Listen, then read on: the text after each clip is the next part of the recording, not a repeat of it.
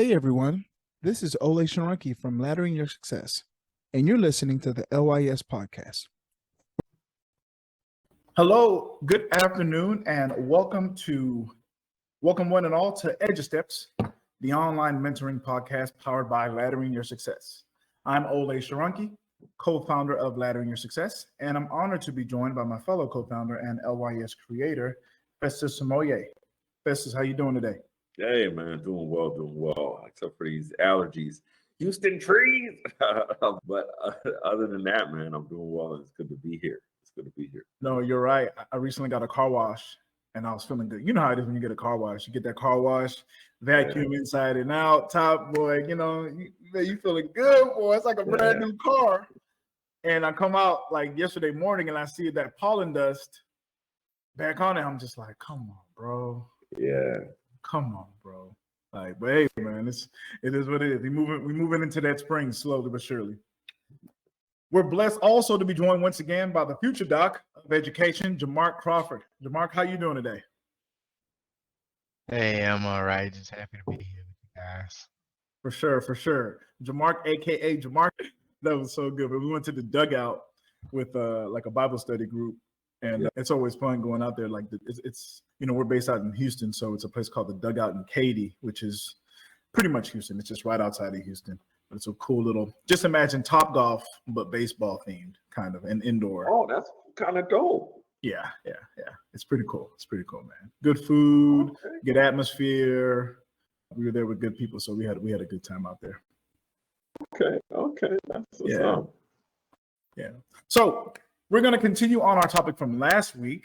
How does our life and our struggle affect our parenting? So some of the things we talked about were the four main issues, or let me not say four main issues, the four types of parenting styles that exist, right? And of course, I guess we live in the age where, there's four, but depending on who you talk to, there could be as many as 160, or whatever. But the four that we focus here on LYS are uninvolved, permissive or indulgent, authoritative, and authoritarian or disciplinarian. So we were talking about some of the things that can happen to parents for them to become uninvolved or for them to become permissive, right? So we're talking about things like mental health issues, substance abuse as a young age, chronic health conditions of parents and how those things affect children when they are growing up and how they eventually affect them when they become parents, right? Things that are very serious. We also talked about some other things that were serious, such as relationship or family dynamics, so domestic violence or toxic relationships, divorce or separation. Not only do those things affect the parents, but if you have children, it affects you, as well. One of the things I remember reading in LYS is in the social portion, right? So for those of you who don't know, the original book was broken down into 7 main chapters, right? So Festus broke it down into cultural aspects of life, education, financial, health, social, spiritual, and vocational. And in the social portion, he talked about your immediate family, right? The nuclear family, which it was coined, I would guess, in the maybe late 40s, early 50s, 60s, on and on, somewhere around then, till this day. And it was that structure of having a mother and a father and, and children, right? And just in a home. And you think about the identities that you get from your mother and your father and the perspectives that come from those two people and how they affect children.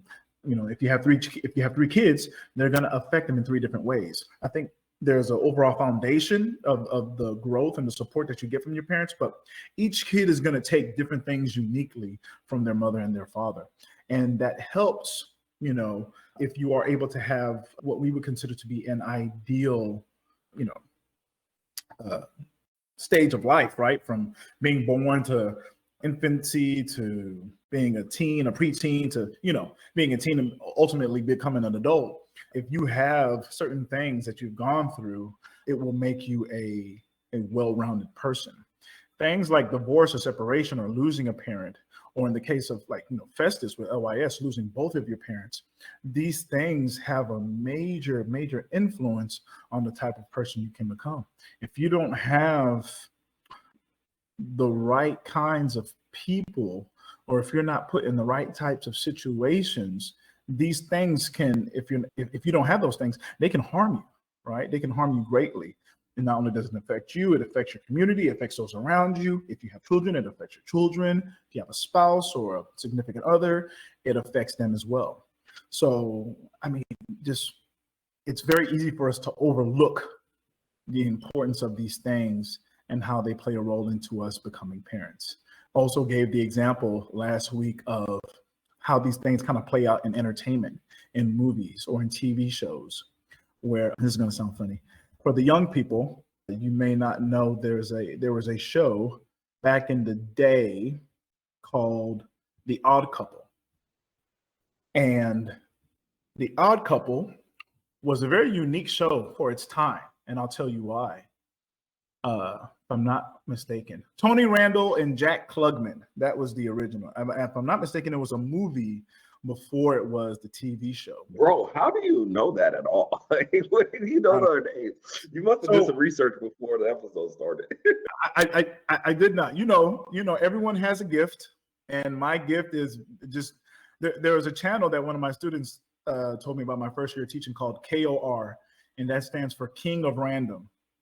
And I think the reason why he told me that is because I was the king of random, useless information.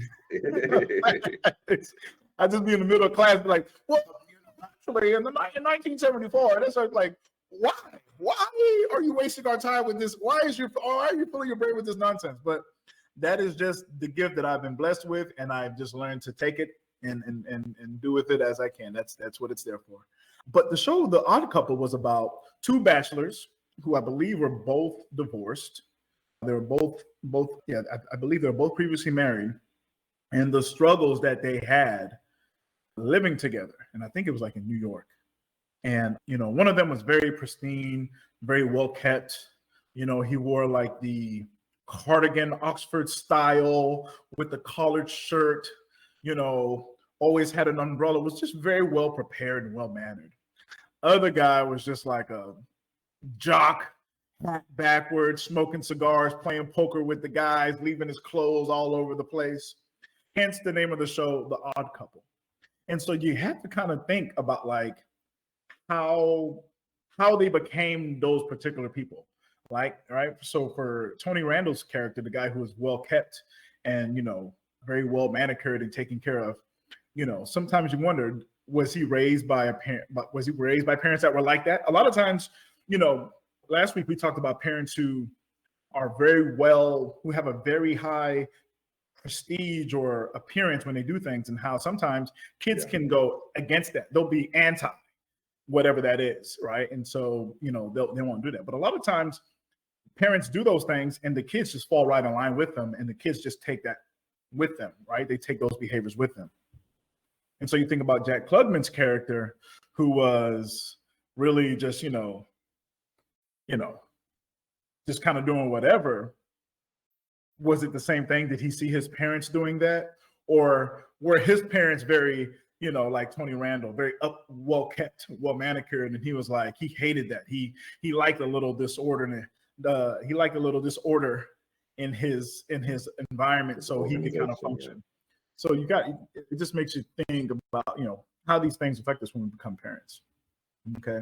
So what I want to go over today is what types of things can happen to the parent for them to be the authoritative parent.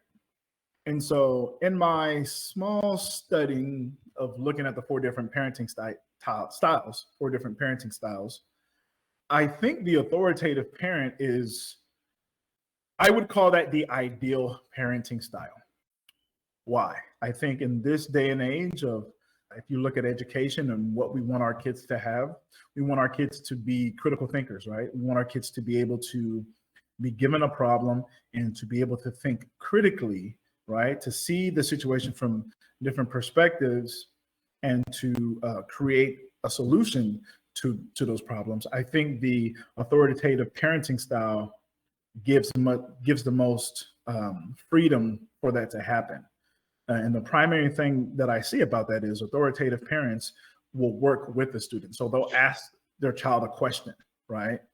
What do you think about this? How do you think we should go about this? And so it kind of gives that ownership to the student, to the child, to be able to make a determination on whether or not this is something we can do, or just kind of working it out with their parents, right? And what that does is that really opens the door for conversation. One of the things absolutely, I'm so sorry. Yes, go ahead, Festus. Yeah, I was gonna say, I think that's key for the listeners.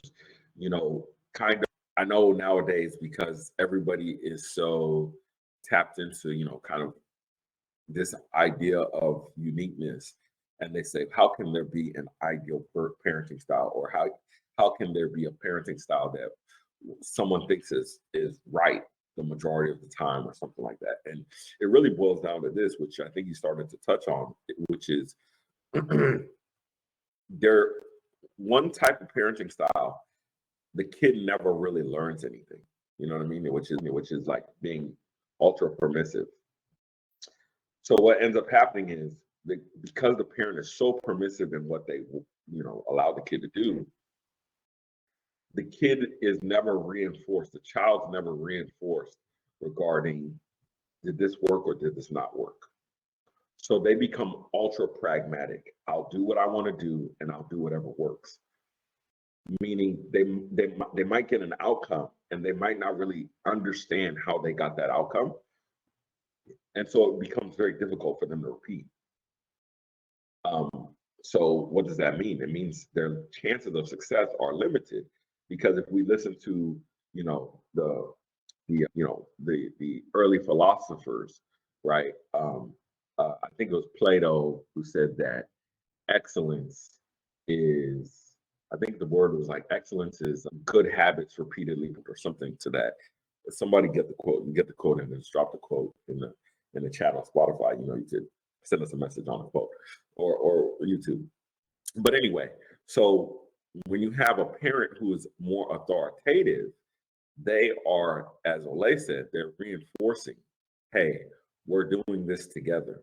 So now you're building up the child's confidence that says, if things aren't working out, I'm not going to be totally bailed out, right? Because my parent just is going to let me do whatever. And I'm not going to be just hammered and jumped on for getting it wrong, but they're going to say, okay, let's try it again. Or they're going to figure out some kind of way to be able to get the child involved in the learning or whatever is taking place.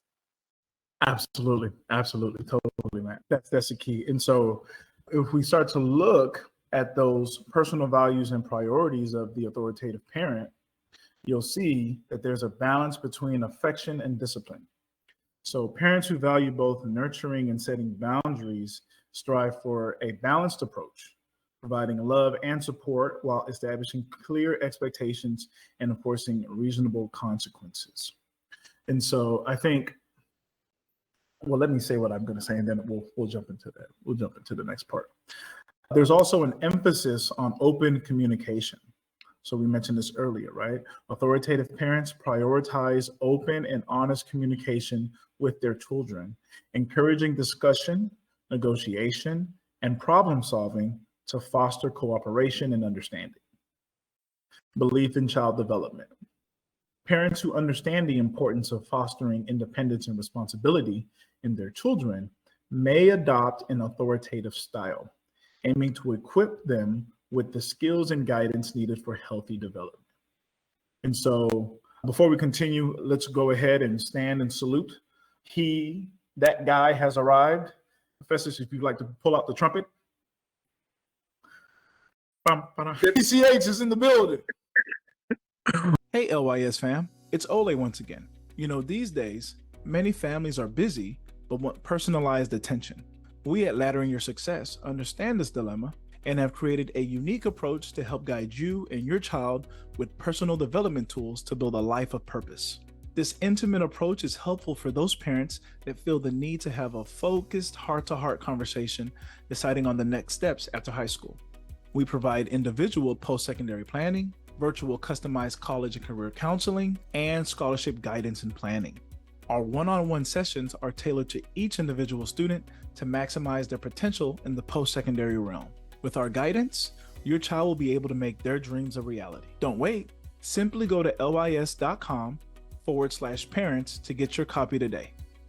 Now let's get back to business on this podcast. What's up, man? Actually changed from the trumpet to the harp now, you know what I'm saying? It's more classical. Okay. All right, you got How y'all Solomon's boys? Temple going on over here. Yeah, you know what I'm saying? Solomon's Temple. You know how we do up here. Okay. You know what I'm saying? David dancing in this thing. You know what I'm talking about? How y'all doing today, bro? How y'all doing? I dance like David dancing. That's it, bro. No, I'm good. I'm glad to be here, bro. Good. We're just talking about parenting and parenting styles. So yeah, I'll let you wanna. Sure. Yeah, so we talked about when it comes to personal values and priorities, parents who eventually become authoritative may have had a good balance between affection and discipline, emphasis on open communication, and a belief in child development, right? So a couple things go in my head. I always think about the rush that's happening right now. We live in Houston, we see it here, but everywhere, to get their kids, parents trying to get their kids in the best new Montessori school, or best new public charter school, or best new private school that has this, that, a lot of districts have great pre-K services that they've invested lots of money in. I remember seeing a kid with this huge mouth, the gums, that it's like the makeup of the gums, and they have the huge toothbrush, and they're doing all these things. All these, so much in education is dedicated right now to early child development, right? So clearly that tells us that a lot of studying has shown the importance of getting kids really dedicated education early on, and the benefits of it, right? So go ahead. Just kind of on that note, the research is that the first 5 to 6 years become the most important in terms of education for multiple reasons. One reason is brain development. So your child has finished learning to crawl, walk, they finish kind of the toddler phase. And so what ends up happening is the synapses of their, I know now it's like, did this podcast go totally science? Well, basically the synapses of their neurons, right, they're basically talking together. And so now those things are starting to set in. Their personality starting to set in. Their thinking patterns are starting to set in. Those different types of things. So because that is happening, you're really setting the foundation for how they're going to learn pretty much for the rest of their lives. Now, there are some different stages, but this is why the first 5 to 6 years really becomes the most important. So this is why they emphasize early reading, right? There's research tied to poverty and literacy. And a lot of the research tied to poverty and literacy is about how many books are in the house and how much reading is done in the house. Homes where children are being read to and where books are available, I think they hear 1 million more words by the time they're 3 than people who don't. So what does that mean? The big thing about it is words mean access, right? Because if I could communicate with you, then we could share information. And so when you start looking at social strata and success, right, one of those key components is how much information is the child able to access. So this is why reading and writing is fundamental. They used to say reading is fundamental, right? Because of those reasons. So back to you, Ole. Absolutely. I just wanted to turn it over, or just open it for Daniel or Jamark if they had anything they wanted to drop in for us. Yeah, I have a question, man. It's to ask y'all, because I saw it this morning and last night, and it was on parenting. This man got pulled over, right? And he got out the car. He just started telling his whole life story, bro. It was a trip. It was on YouTube. Like, he told so much that the cops were shocked. Like, oh, wow. He said, yes, sir. I was pulled over. I went to jail. 7 assault charges, 7 attempted murder charges, served my time and got out. Woo, woo, woo. And now, you saw it? You saw it? He said, I'm a citizen. I'm a citizen. What's your name? Yeah, and now my students and now my children are all honor roll students. I work hard every day, and they were just like shocked. He was like, "So here's my question." He said something that got me though. I want to ask y'all this. He says, "No such thing as a bad student or kid. It's only bad parenting." And I was thinking, like, I've known people who have trained their kids up in the way it should go. You know what I'm saying? But that scripture talking about most likely if you teach them right, that they will go away, they won't fall away, or they will eventually come back, right? So do y'all believe, or how y'all think on that question? Because it kind of hit me. I was like, because I know some parents who get given all they get. Because he like, boy, when they come home, I check their bags. I don't give a damn. Like he said, they ain't gonna say nothing to me. I'm gonna open their bag, make sure they ain't got no drugs, no problems, no this and that. So what y'all think about that, man? I know it's the opposite way of asking questions, but it just hit me last night. I was like, man, I don't know about that. It's a No, beautiful, I think beautiful I question. think yeah, I think that's interesting in terms of like, is there such thing as a bad child? I'm gonna say yes. You know what I'm saying? And the reason why I'm gonna say yes is because when we talk about the makeup of people, one thing that is so looked over in our society now is desire, right? And so people have probably not even heard that word, but when you think about commercials and all this other stuff, they really speak to desire, right? Hey, LYS fam, it's Ole. You know, if there's one thing I love, it's something free. I'm talking free 99, un gratis. No shipping or handling fees, no gotcha fees, nothing like that. With that being said, if you're graduating soon or thinking about college or need a nudge or help to decide, then our free ebook, 10 Things to Think About Before Going to College, has a very balanced and open-minded way of presenting your next steps. It captures broad topics in a personal way by giving students an insightful, interactive, and reflective source of inspiration. It is very beneficial to be able to visualize some of the concepts after high school and apply them directly to you. We all know life, college, and career planning decision-making choices for students can be challenging, especially as they near the completion of high school. This book will provide you with a self-paced guide to your success beyond academics and into real life. Not only is it free, you can complete this book within a week. This will definitely prepare you for long-term success. To get your free copy, simply go to lys.com/students. I mentioned it was free, right? Well, if I didn't, it's free. Like, for real, for real. Okay, back to the podcast. So, for example, Burger King, have it your way. McDonald's, I'm loving it, right? You look at these different slogans and it speaks about the person's desire. And the thing is, kids can want things that are bad. So now what I think what this whole question circles around is like, well, if you're a good parent, you're going to be able to curb and push and, kind of, manipulate or whatever you got to do to not get them to the bad things. But I think the thing is, if a person's desires don't change, right, then it doesn't matter what the parents do. And I'll give two stories, both kind of personal. When I was working in healthcare, a nurse came to me one day talking about her son. And basically, father wasn't in the home. She had two children. And similar to what you're sharing, the son came home, she found out that the son had drugs. He had a bunch of weed. And the daughter, the son was a teenager. The daughter was less than 10 or around 10.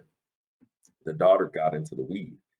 And so the mom was like, I don't even know what to do anymore. And so, the conversation was like, okay, are there any men in his life that can speak to him? All these different types of things, But the thing is, his desire to be around his friends and do that type of thing where he was just, he just didn't want to listen to his mom. I think she said she flushed the drugs or something. I can't remember the thing, but it was to a point of like, it's long story short, he ended up being killed by some of the people he was hanging around with. And this was like 3 years ago that this happened. So in this case, he said, oh, well, she's a bad parent. And it's like, no, his desire to not listen to his mother pushed him in that direction. Now I'll give another case. Another person The dude. Wait, can I interrupt you real Yeah, quick? You said in that yeah, case, the father wasn't present. correct. The father wasn't present. But in that particular case, it wouldn't be the bad parenting, it'd be the lack of presence of that father to influence the child. So that's a unique case right Yeah. there because it takes both parents. See, and you know what? I'm gonna be 100% honest with you. I agree with that 1,000%. I think where our society is though, our society is so blinded by their own desire to be puffed up, or I don't even know what it is anymore in terms of our society, that they don't think that's true. Now, she did not necessarily think that's true. She was just trying to do the best with what she had, type situation. But it's sad that a lot of people with feminism and women's rights and all these things don't see the importance of both. And this is just truth be told.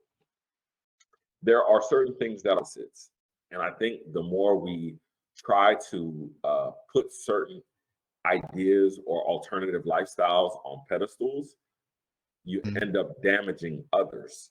You cannot celebrate everybody equally, right? And what do I mean by that? You see what I'm saying? Like, I'm not saying that, hey, I don't want good for people who live alternative lifestyles. I think I want good for them as well. But I think there's a certain stage in which alternative lifestyles cause very real damage to the people who are closest to that lifestyle. You feel what I'm saying? So Yeah. they could say, hey man, we co-parenting. This is what we're doing. Do we co-parenting? And I'm like, but is that the best situation? I don't know. You know what I'm saying? I don't know, because obviously now, you have a grieving mother and you got a son that's not there, and where's dad? It's like, okay, you weren't in the picture before, you coming around now. Like, I don't know. Those are very, very, very difficult situations, But please continue. And Please continue. that sounded, I didn't mean, because I know you got a second story, but when we talk about blaming on the parents, or not parents, but the parenting, I think that's a unique situation where you have, according to your testimony, a mother who is trying, but due to the lack of that father, her dealing with the young boy. And when we think about what each parent contributes to raising the child, which is, the mother nurtures and love the child, whereas the father tends to bring more discipline, and not discipline in the sense of like an iron fist, but in the sense of understanding that there are consequences based on interactions with that father, where like if a kid fall and scrape his knee, the mom will come and pick him up, whereas the father will respond more so in a way, watch what you're doing, right? And if that kid falls again and scrape his knee, the mother runs where the father is like, so you scraped your knee the first time, so we need to learn to pay attention from whatever happened for us to fall and scrape our knee. So it's like things like that, those interactions are very, very powerful. And when one or the other, because even if you have just a single father, without that nurturing aspect from the mother, it could be too much of one side on that area, and not enough nurturing for that child. So I think both of the contributions are definitely important when we are, trying to raise our young ones to be the best people or persons that they can be. So that was a unique situation right there. No, man, I think you hit the nail on the head. You hit the nail on the head, and that's why even in the second scenario, and the reason why I was given two different scenarios was because these were situations where the kids ended up, just ultimately failing. With the second situation, this was an older situation. So the guy was in his 70s, and one of his sons was on drugs and on and off again. Well, long story short, son's on drugs and killed his dad. You know what I'm saying? And so, you know, the son's probably, in his 40s when this happened. You know what I'm saying? So, you look at that situation and you say, well, is it the parents' fault? You know what I'm saying?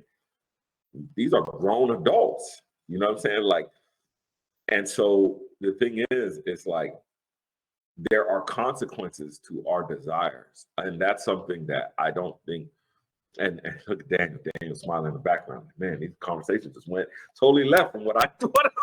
No, but you know what I'm saying? It's like there's consequences to the things that we want in life as children. And again, our parents may do their best that they know how to try to, get us focused and in the right direction and get us not to use drugs, get us not to skip school, get us not to do this, get us not to do that. And I think what ends up happening a lot of times is we will look at one situation and say, oh, see, that person made it or that person got out of that situation, when theirs is like the minority. Oh, not the minority. It's like theirs is by very slim chance. You know what I'm saying? Like people will be like, oh, Jay-Z made it from being in the streets to being a billionaire. See, and it's like, okay, count how many people have done that. One. You know what I'm saying? Okay. Hey, LYS fam, it's Ole. Just wanted to take a quick break to let you know that even though the cost of college can be daunting, the LYS Scholarship Guide ebook can assist you in realizing your dreams. You can identify and apply for scholarships using the information, advice, and resources in our comprehensive guide. Also, we've provided a template for a successful scholarship essay to help you stand out from the crowd. Don't allow student loan debt to control you. Get your copy of the LYS Scholarship Guide ebook right away to take charge of your destiny. Simply go to lys.com/parents to get your copy today. Now let's get back to that fire conversation. Now, how many people end up in debt in the jail trying to do this? You know what I'm saying? Like this just doesn't, the math ain't mathing, you know what I'm saying? And I think that's where it is with some of these kids nowadays. And I think that's where a very powerful point came in about like, get off your phone and let me check your bag and let me check who your friends are and just doing our best, but ultimately realizing that there is a certain age and stage in which you're no longer responsible for the child, And I think the work is trying to be as intuitive as possible to understand what stage you're in your parenting with that particular child. Because some children, I got 2 boys, they're very unique. In some ways they're the same or similar. In some ways they're very different. And so, you just have to know that child. And I think the biggest thing we could take away from all of this is kind of along the lines of what we're sharing was you just got to be present. You know what I mean? You just have to be, you have to do your best as a parent to be present, and show that you're present. So thank you for the question. Yeah, I want to piggyback on something that you said when you talk about the stage of parenting that you're in with that child. And I just wanted to toss this out there since you brought that up. And when we're thinking about the stage of parenting that we're in with the child, it was suggested that when we look at the development of the child from 0 to 5 years old, that's where us as the parents, where we're teaching the discipline. That's like early on from 0 to 5. And I know many people have their different takes on gentle parenting, things of that nature. But when their child is developing in the years 0 through 5, that's where we are teaching them the discipline. And then when we go to 5 to 12, that's where we're training them. And then when we go to 12 to 18, that's where we become like their coach. And then from 18 on, that's where we can take that friendly type of role, because now they're old enough to make decisions on themselves. And because we already taught them discipline 0 through 5, we trained them 5 to 12, and we coached them 12 to 18. Now they're at the age so far to where if something's going on, we can now play that role of friend where they can come to us and we can have those conversations as if we're on the same level because of the things they might experience in life. But it's from putting in the work early on within their lives to where we started off very early teaching them discipline. Not, oh, because they're 1, 2, 3, they're doing certain things. That's where they're learning that they can get away with whatever it is. And then we try later on to teach them discipline, and we're getting that pushback, you know. And so that's something I just kind of want to throw out there. So again, 0 through 5, that's the main years that the discipline needs to be taught. And then 5 through 12 is which we're training them. 12 to 18, that's when we become like their coach. And then, you know, 18 moving on up is we could take that friend type of role. But it's important not to take that friend role so soon in their child development stage. So I just want to throw that out there. He got bars. He got bars, bro. You know what I'm saying? For sure. I do agree with I do think a lot of parents are friends with their students way too early, and that kind of leads to a lot of what we see today. But to answer the question from my perspective, I think that you can have a mother and a father who do everything and the child will still slip through the cracks. Now, that won't happen the majority of the time, obviously. That's a very small percentage where that will happen. But I think one of the things I thought about was, even if both parents are in, what type of parent are you? Right? Where do you lie on the parenting scale, on the parenting type scale? A lot of times that has a lot to do with how the outcomes with the student. So that was where I thought about there. And as you were talking, Festus, you reminded me of a really funny video that came out. Well, you and Crawford were talking about this, how in kindergarten, a kid kind of realizes, he kind of has like a moment where he's like realizing like he's actually in a classroom working with people, and he kind of has like, I don't know, he becomes conscious of himself. And he goes to one of his students and he's like, one of the kids is like playing with the truck and he's like, "Where are we?" And the kid's like, "We're on the moon." Because the other kid he's not conscious yet of like where he's in. And he goes to the teacher. He's like, "What's happening right now? What's happening? Kids are playing with toys." And the teacher goes, okay, guys, time for nap time. Time to go to nap. Because it's almost like she knows that like he's becoming conscious as well. So I thought that was pretty funny. Festus, you mentioned something about the things what kids are exposed to when they hear, and how many words kids who are better off as far as like reading and reading comprehension, a lot of those. Yeah. There's a really good TED Talk on that, and it talked about the fact that kids who just from better SES, right, socioeconomics situations, who had better. Go ahead, Festus. Continue, because I want to throw something in. Okay, kids who had access, right? So those parents were speaking like, gosh, they heard like 1 million words by a certain age, and that helped them develop so much more, as opposed to kids from lower SES backgrounds who did not have as many words being said to them, and how and their levels of reading comprehension and ability to take in new information and stuff like that, how those things affected them.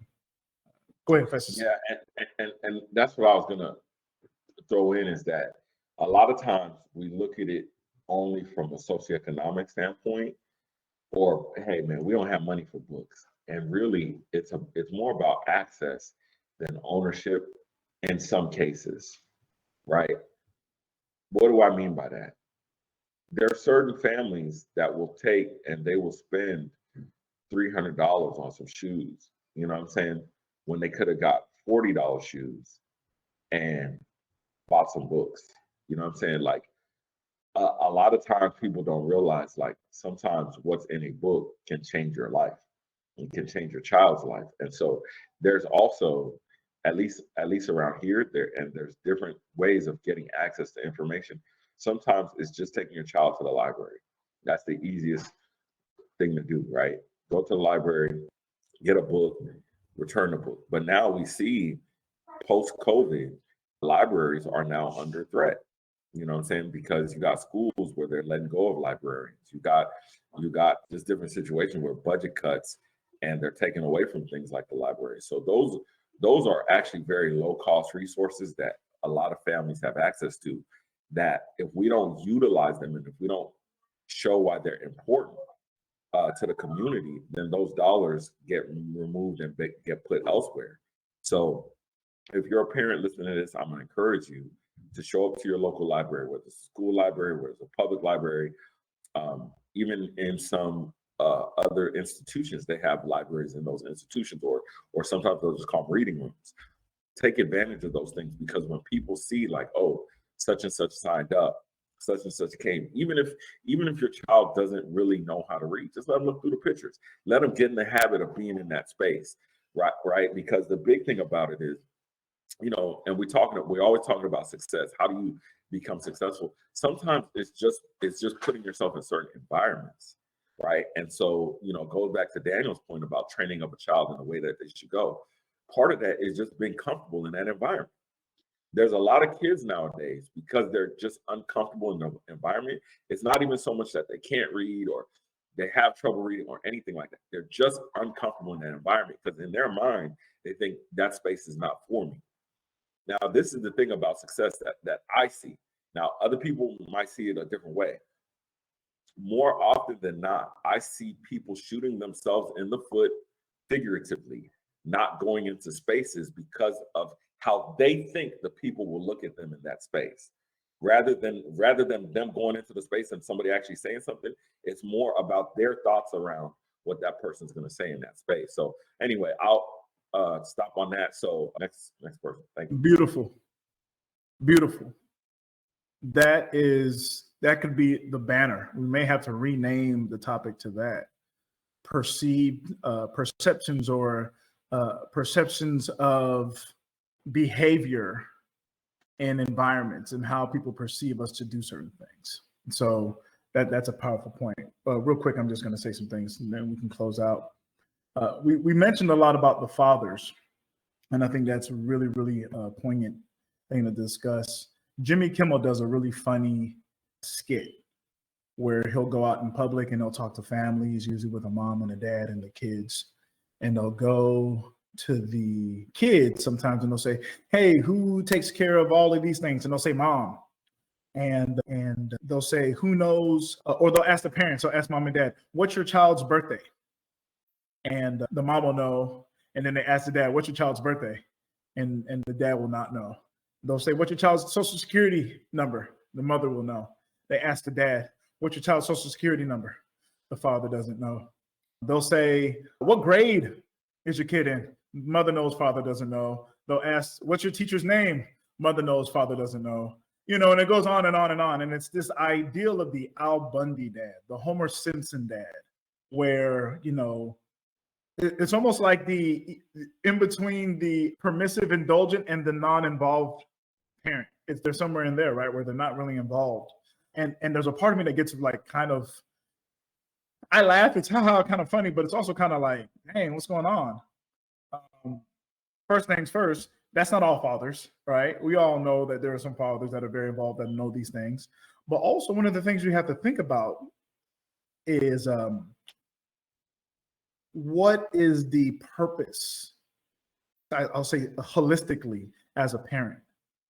If you ask that father, what is your child, what's their favorite toy, or what's their favorite character, or what did they dream of becoming? If you ask them things that are geared towards the things that holistically a father helps their child with, right, I'm sure you'll get a different set of answers.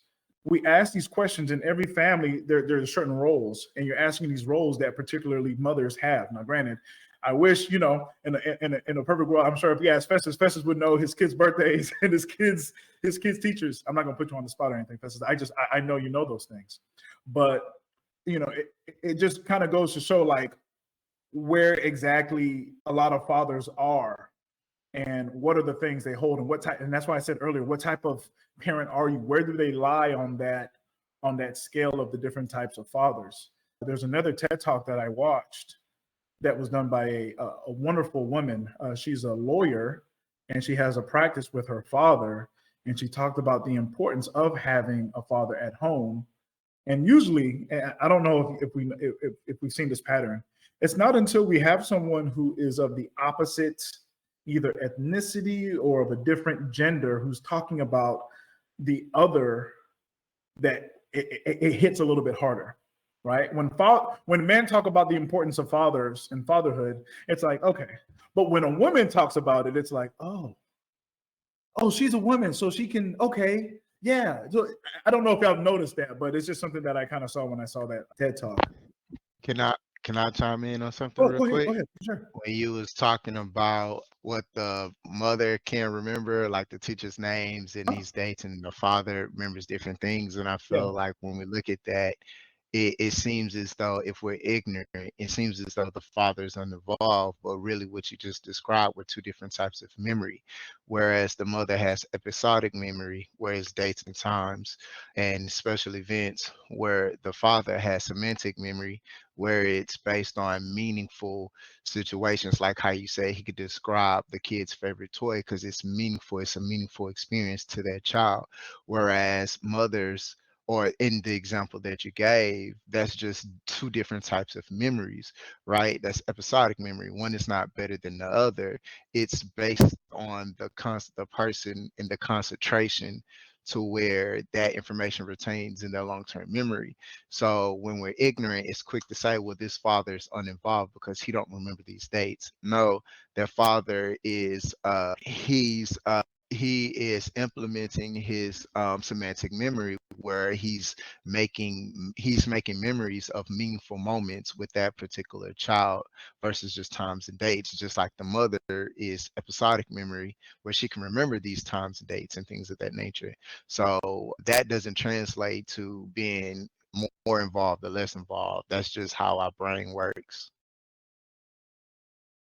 Wonderful. Thank you, man. I learned two types of memory, man. I think that's Bar. awesome, man. Bar, man. Straight fire. So I think that's gonna be it. Hopefully we'll wrap this up next week. This is really, really good. I think talking about fatherhood. Speaking of fathers, look at that boy getting bigger every day, man. Guy's huge, man. Guy's huge. There you go. All right, folks. For that guy, Daniel Hill, for the future doc, DeMark Crawford, I am Ole Sharonki. Thank you for joining us on another episode of Edge Steps powered by Laddering Your Success. Festus, please go ahead and give them the phrase that pays. So listen, there are legitimate excuses for not going to college. There is no legitimate excuse for not getting an education. We're going to see you on the next episode. So please hit the subscribe button. Also hit the follow button, depending on whatever platform you're on, and hit the share button with somebody who needs to hear this. All right, we'll see you. Oh, you still there? Well, thank you so much for listening to the LYS podcast.